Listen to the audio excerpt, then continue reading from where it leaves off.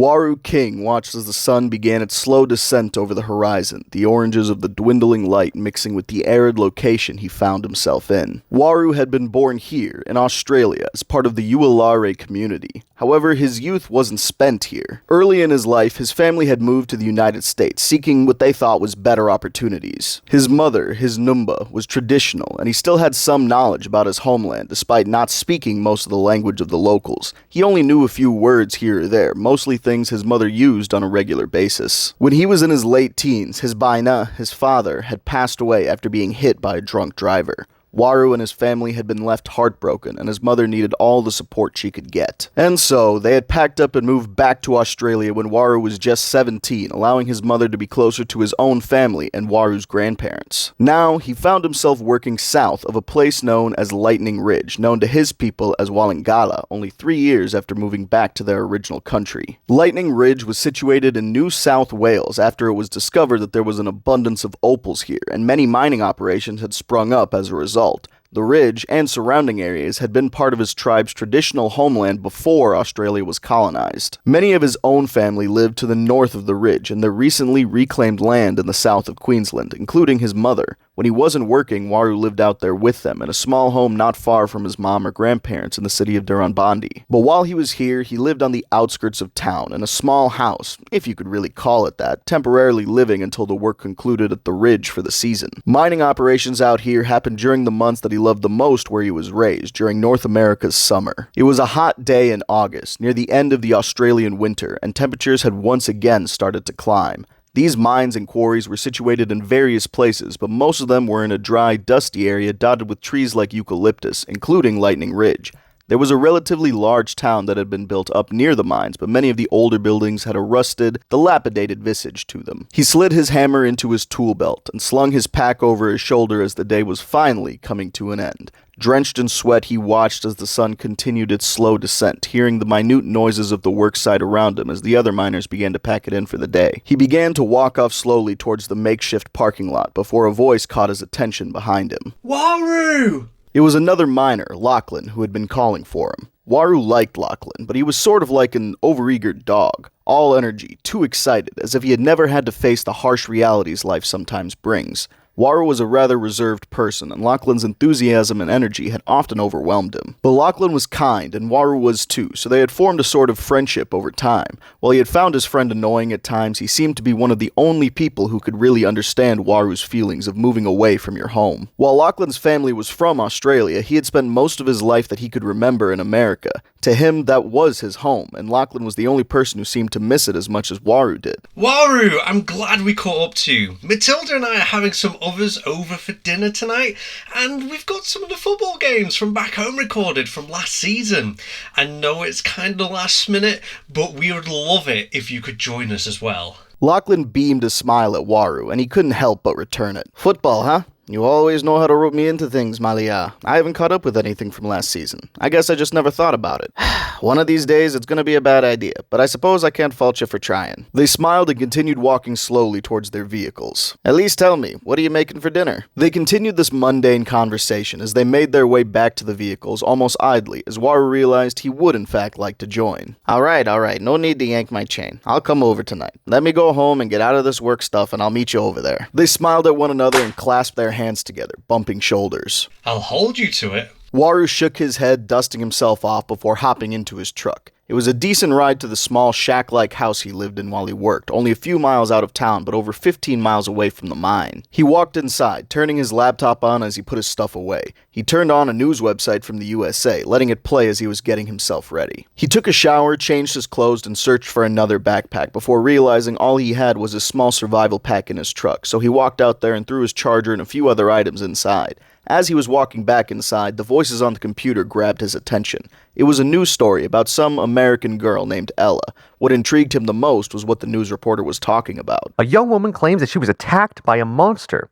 The young American heiress was horseback riding across the Torres del Waru immediately became lost in thought, intrigued by this. A monster? He turned the volume up and watched with intrigue. She reported to the police that her boyfriend, a man named Samuel Everett, and her friend Edmund Aberdeen were killed by this monster before she barely escaped with her life. An image appeared on the screen of what he assumed to be Ella, her face clearly distraught in the photo. Investigators, hired by Miss Corbin's family, went to assist the local law enforcement in uncovering the truth. He was on the edge of his seat. What they found was brutal. Aside from the male victims, Edmund and Samuel, several other people's skeletons were discovered dotting the forests and plains in remote locations around the park. Viewer discretion is advised, as these horrific images were taken by officers investigating the scene. Photos appeared of trampled grass, bloodied fields, and bodies of animals, along with the blurred photos of Samuel and Edmund's remains, next to photos of the men's faces. Between the two of them, only an arm, a leg, a shoe, and some very bloody and shredded clothes and bones had been found. Miss Corbin insists that what attacked her and her friends was some kind of large reptilian animal. She said it was scaly and possessed horns like a bull. But others point towards something more sensational. The screen flicked to an image of what Waru guessed was a drawing of the animal. Sketch artists drew what Miss Corbin described to them, attaining this image. While religious organizations claim the horns, teeth, and scaly appearance are indicative of the devil or a demonic presence, scientists have come forward claiming this art shows us a dinosaur, specifically known as Carnotaurus sastraei. This animal has been extinct for roughly 60... He was suddenly startled out of his trance by a phone call and realized he had been procrastinating longer than he had meant to. It was Lachlan calling him, music loud on the other end. Are you still coming? Everyone else is already here, man. Just waiting on you. Of course.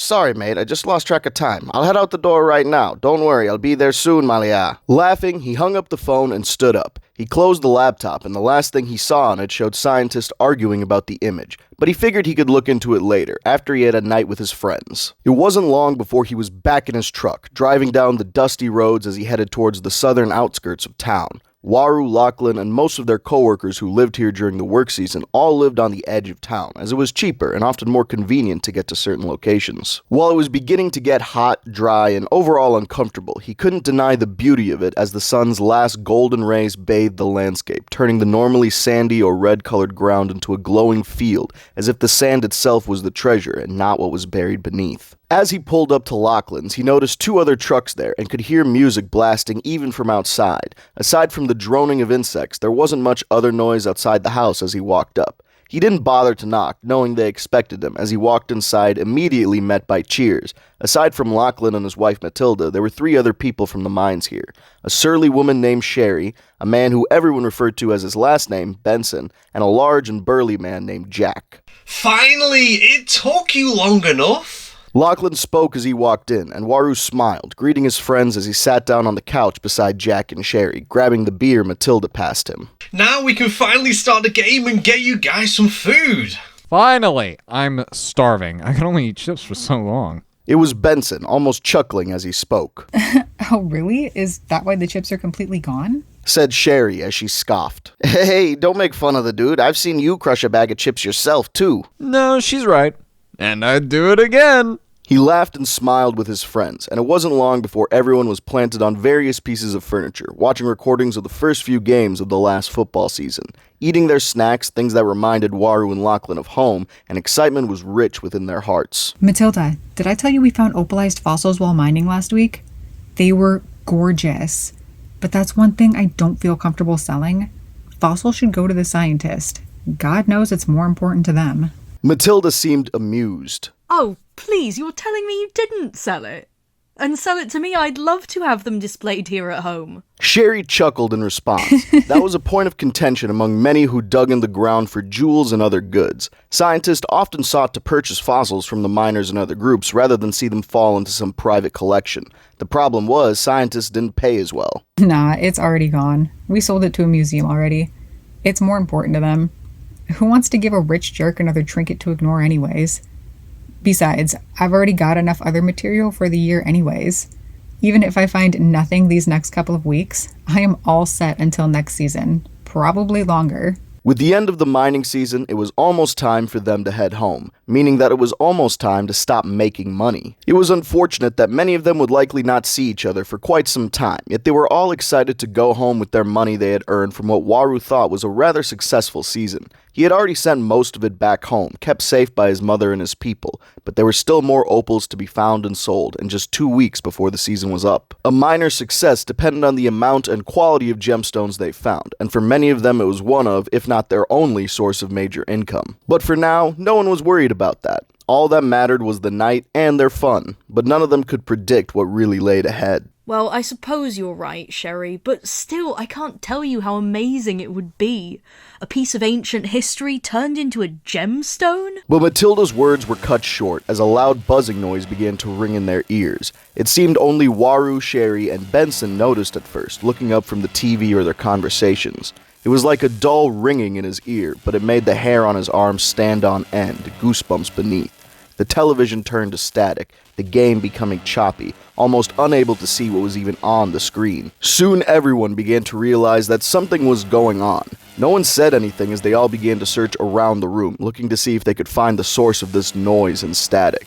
But the noise began to build like an electric hum from a generator. It became louder and louder until it drowned out all other sounds. Waru and everyone else in the room began to clutch at their ears, attempting to drown out the noise as best they could. But it was too much, too overwhelming. As Waru curled up in the seat, he looked up towards the window for the first time. Though night had fallen, the window was ablaze with a searing blue and white light.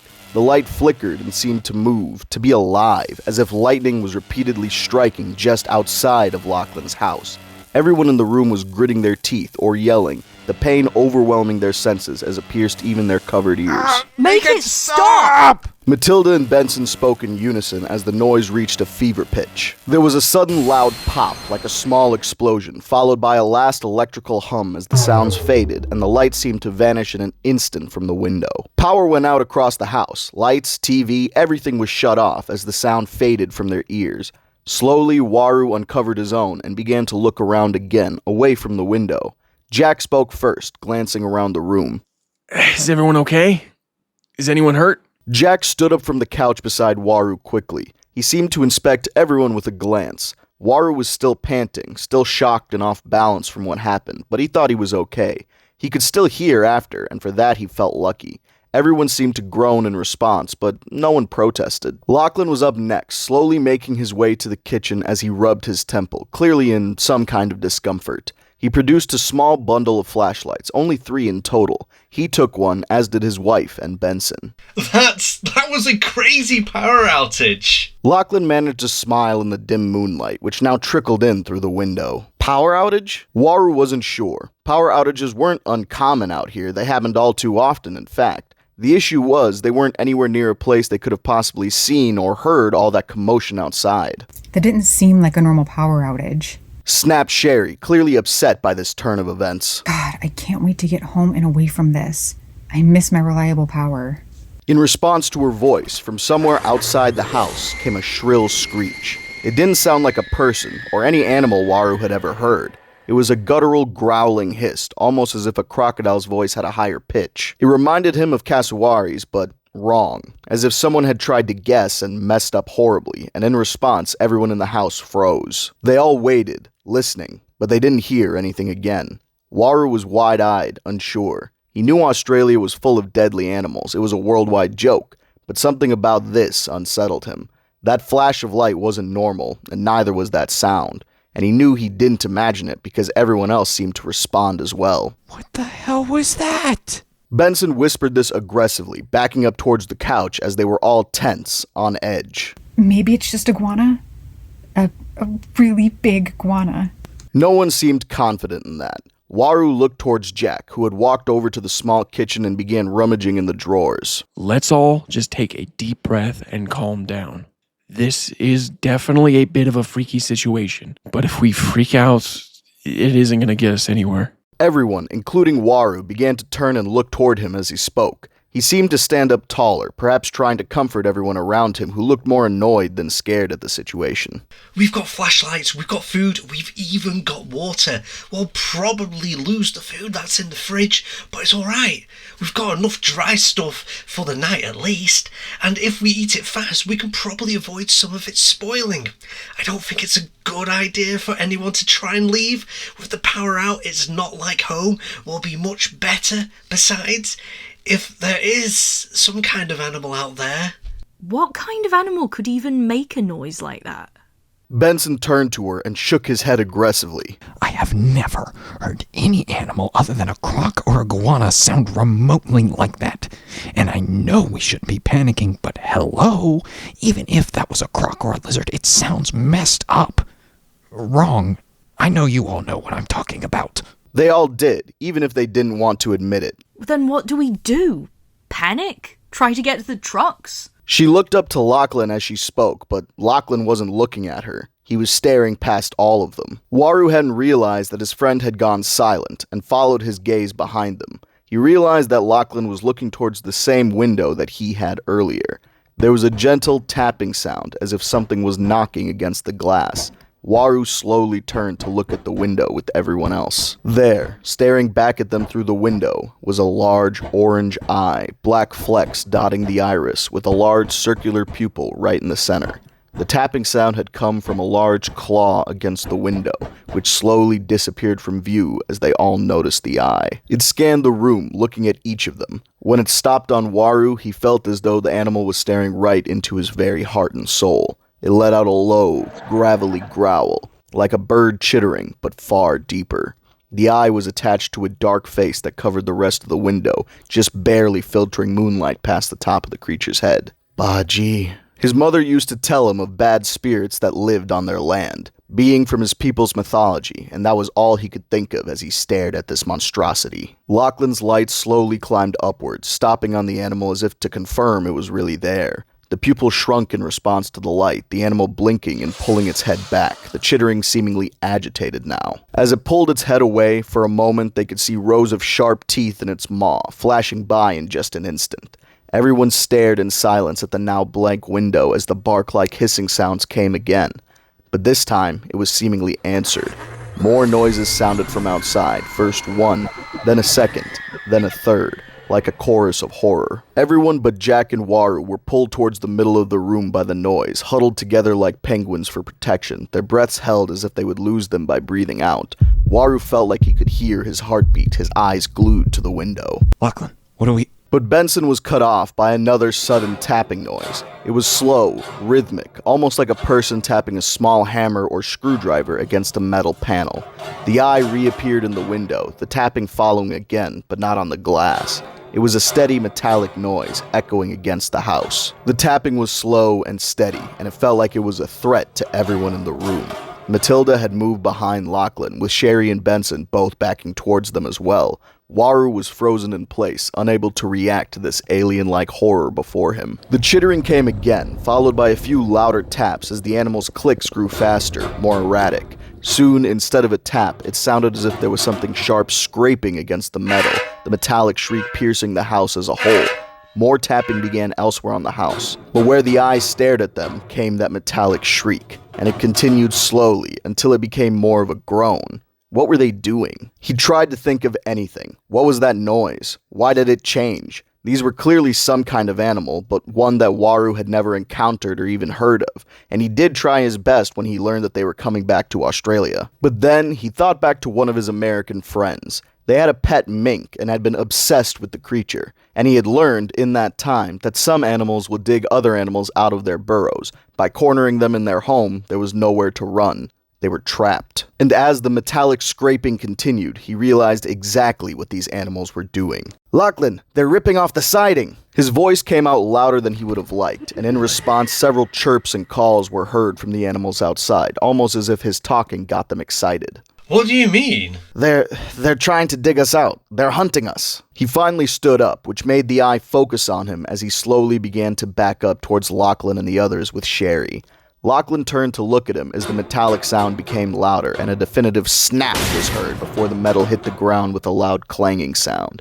The animals seemed to get even more excited, and the metallic sounds grew on every side of the house. Everyone was beginning to panic. Okay.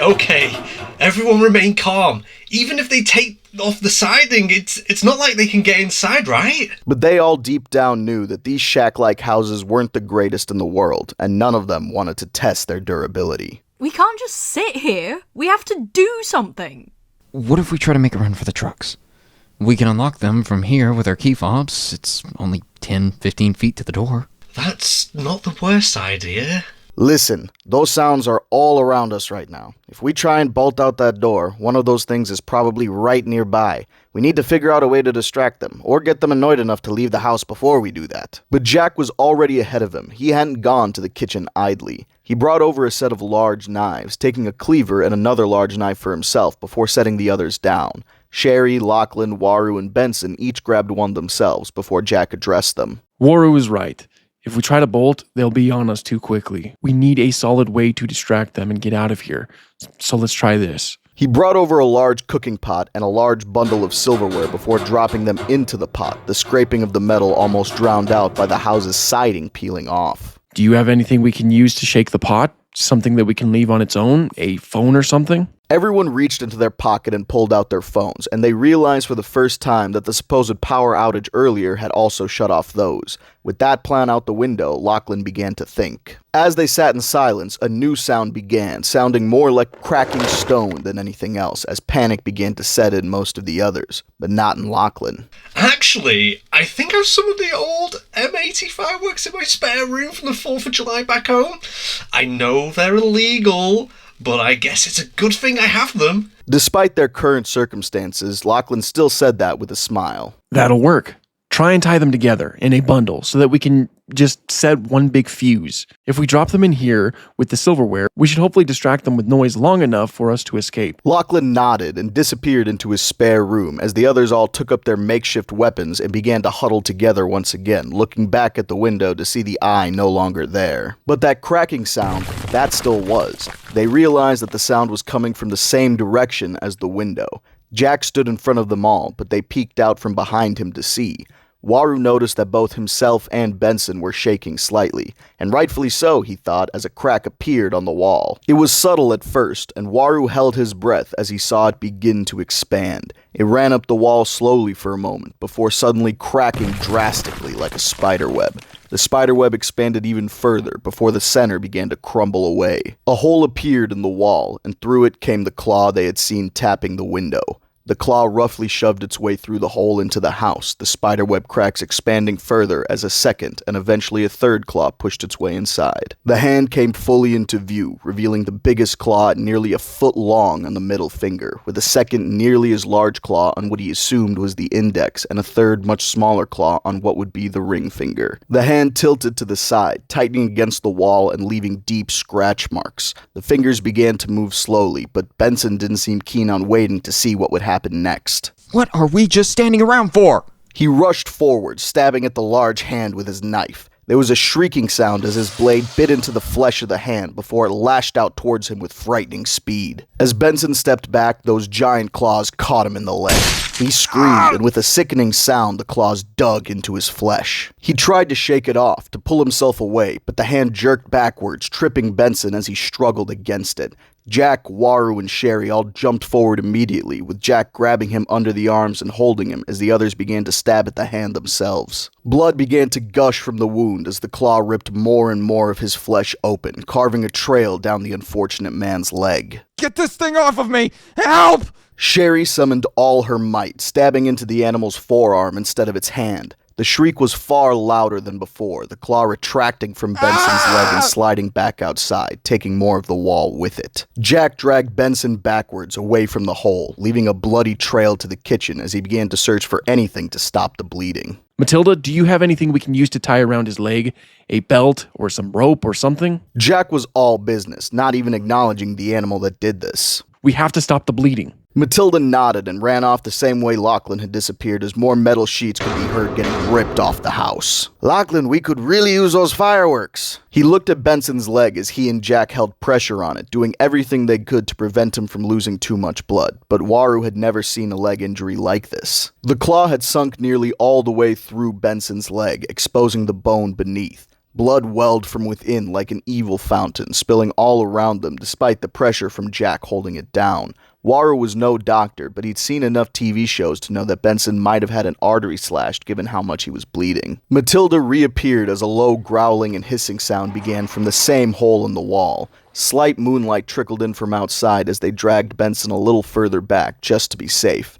She tossed them a thick leather belt and a pair of bedsheets. He and Jack dressed Benson's wounds as Sherry began to pace back and forth, impatient. He hoped the makeshift tourniquet could keep Benson alive until they could get him to a hospital. They sat Benson against the kitchen counter, and he had begun to sweat profusely, shivering at the same time. Sherry leaned down, gently slapping him on the face.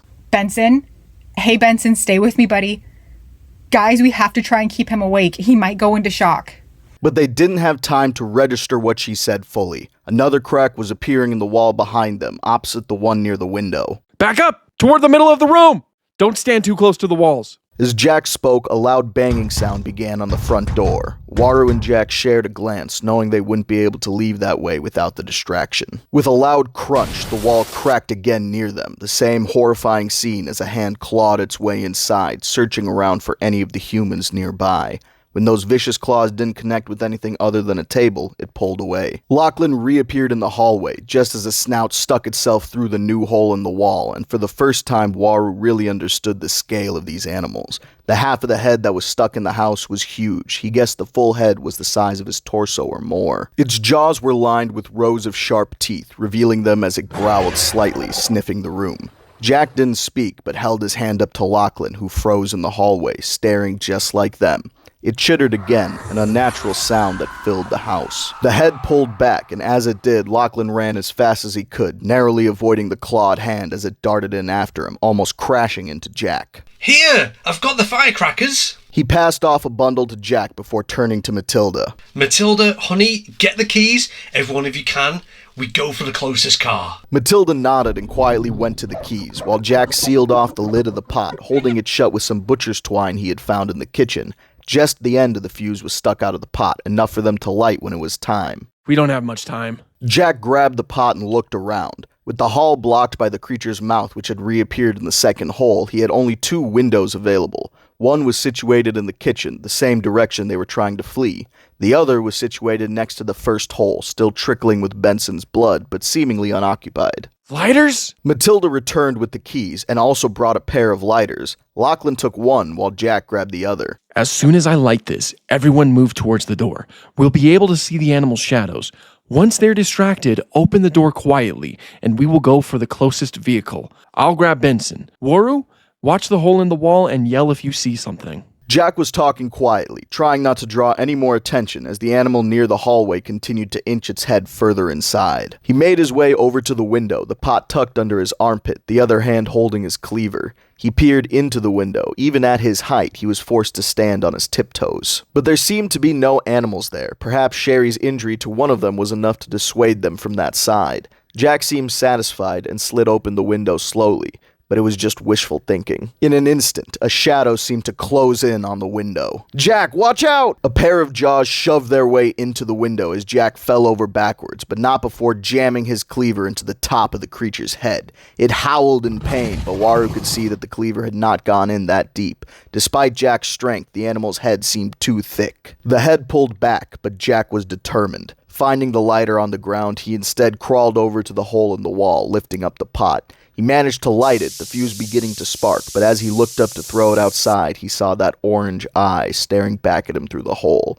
Jack froze for a moment, but that was all it took. An arm flashed inside, smacking against the side of Jack's face as the big man yelled. The claws seemed like a hinge, snapping around the back of his head and sinking deep within, piercing through his skin and hair with a crunch. His screams increased in volume as he punched the hand repeatedly, but the hole in the wall was big enough for both as the other hand pushed its way inside, and Waru could see the snout near the window, and he realized the animal was standing up as its arms worked on the inside. The second clawed hand caught Jack in the neck and torso, blood spurting from the impact as it sunk into his throat. Jack was limp immediately, his screaming cut off as the claws sank even deeper, Waru thinking he could hear the sound of his skull cracking. Jack was yanked viciously through the hole, increasing its size as the animals pulled him, taking parts of the wall with them. Everyone was in shock as vicious tearing sounds began from outside. The animals were snarling and hissing, similar to before but far more aggressively. The snout near the hallway pulled back, and it seemed as if the banging on the door stopped as well. They couldn't believe Jack was gone, but Matilda was too scared to do anything else. She dropped all the keys except for Lachlan's, darting toward the door. Waru instinctively grabbed his own as he saw it drop to the ground as the rest of the group began to follow, but Sherry hesitated for a moment. What about Benson? Everyone but Matilda stopped to look. Benson was slumped against the counter, his head lolled to one side. Sherry leaned down next to him, as did Lachlan, as the fireworks began to go off in the corner of the house near the hole, the pot rattling uncontrollably. One of the clawed hands reappeared in the hole, whacking at the shaking metal. Sherry, we have to go. We can't stay here. He's gone. Sherry began to tear up, but everything was still happening too fast. Matilda hadn't stopped. They all turned to watch as she opened the door, bolting outside. They took it as their cue, following after her, but that too was a mistake. Matilda was halfway to the car by the time anyone else made it out the door, having used the fob to open it early. But Waru looked left and slid to a halt. Jack had been dragged off, sitting at least 100 feet away from the house as one of the animals loomed over him. He saw it fully now, a body at least 20 feet long, as big as the largest crocodiles here in Australia. It stood on its hind legs, a stiff tail trailing out behind it as it lowered its head down to hiss at another of its companions. It spread its arms wide, like a bird displaying its wings, but instead it displayed those deadly hands, the claw tips coated in blood, as it opened its mouth to hiss and snarl at the other animals. It had a narrow skull, like an arrow, wide at the back but more pointed at the front. Its scaly skin was covered in striped patterns, culminating near the top of its head. His mind went to the news report he had seen before coming to Lachlan's, the heiress in South America, her claims of a dinosaur. Waru counted 4 of them. 2 of them were fighting over Jack's corpse. The one with Jack's cleaver still lodged in its head was losing. One of them still had its arms inside the house, swatting at the pot of fireworks. But the final one was nearly upon Matilda by the time any of them had come outside. By the time Lachlan realized and continued to charge towards her, the animal was already there. Those terrifying arms grasped outwards, claws sinking into Matilda's sides as it picked her up like a child, the arms facing sideways. Lachlan screamed and kept running, his hands reaching into his pockets. Waru and Sherry could only watch, frozen with fear, as the animal lifted Matilda up, her screams ringing out in the desolate edges of town. The claws stayed sunk firmly in her sides as she was lifted to the animal's mouth, closing around her neck and torso. It bit her once, twice, 3 times, each one more forceful than the last as her screams grew weaker. By the time Lachlan had reached the beast, the screaming had stopped, Matilda hanging limply from the jaws as the animal turned to look at Lachlan. Sherry grabbed Waru by the shirt, no longer willing to sit here. We have to go!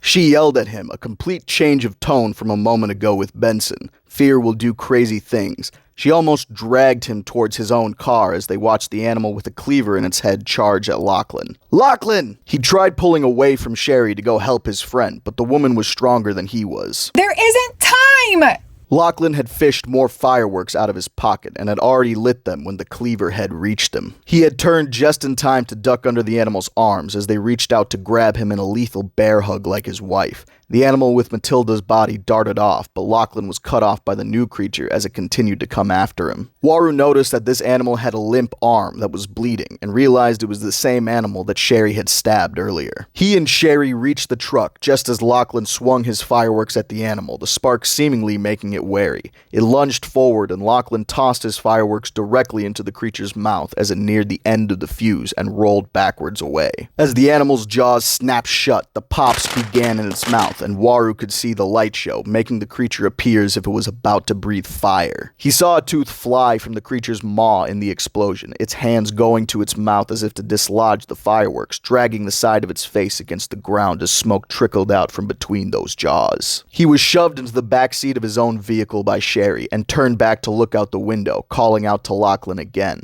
His friend had fished out another bundle of fireworks and turned towards Waru and Sherry as the other miner started up the truck. But they both heard footsteps and turned to see the final creature, the one who had been distracted by the pot in the house, charging. Its arms were extended outwards, its head low, its jaws open, and Lachlan didn't move. Instead, he lit the bundle of fireworks he had, holding it out in front of him towards the dinosaur and screaming, not in fear, but in defiance as the animal seemingly tackled him as Sherry couldn't watch anymore, backing up and beginning to pull off. Waru turned and desperately tried to look out the rear windshield for his friend, but the cleaver-headed animal appeared again, jumping into the back of the truck as they started driving off. The creature was too large, barely fitting in the bed, but its claws reached out, crashing into the side of the rear passenger window and hooking on. It shoved its head through the rear windshield, those jaws snapping just inches above his head as he ducked, smoke still streaming out of its jaws from Lachlan's fireworks. Waru, do something! Get that thing off of us!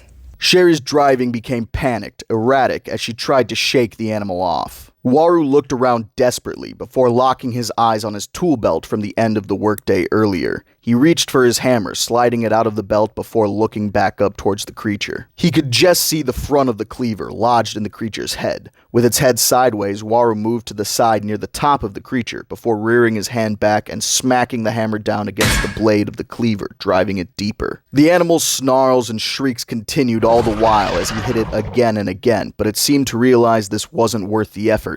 With a last angry hiss, it pulled its head back, slipping out of the truck and falling into the dirt road as Sherry slammed the gas pedal to the floor, taking off as fast as she could. Waru looked back through the shattered windshield to see the animal in the roadway, shaking its head and turning to look at them as it stood upright again.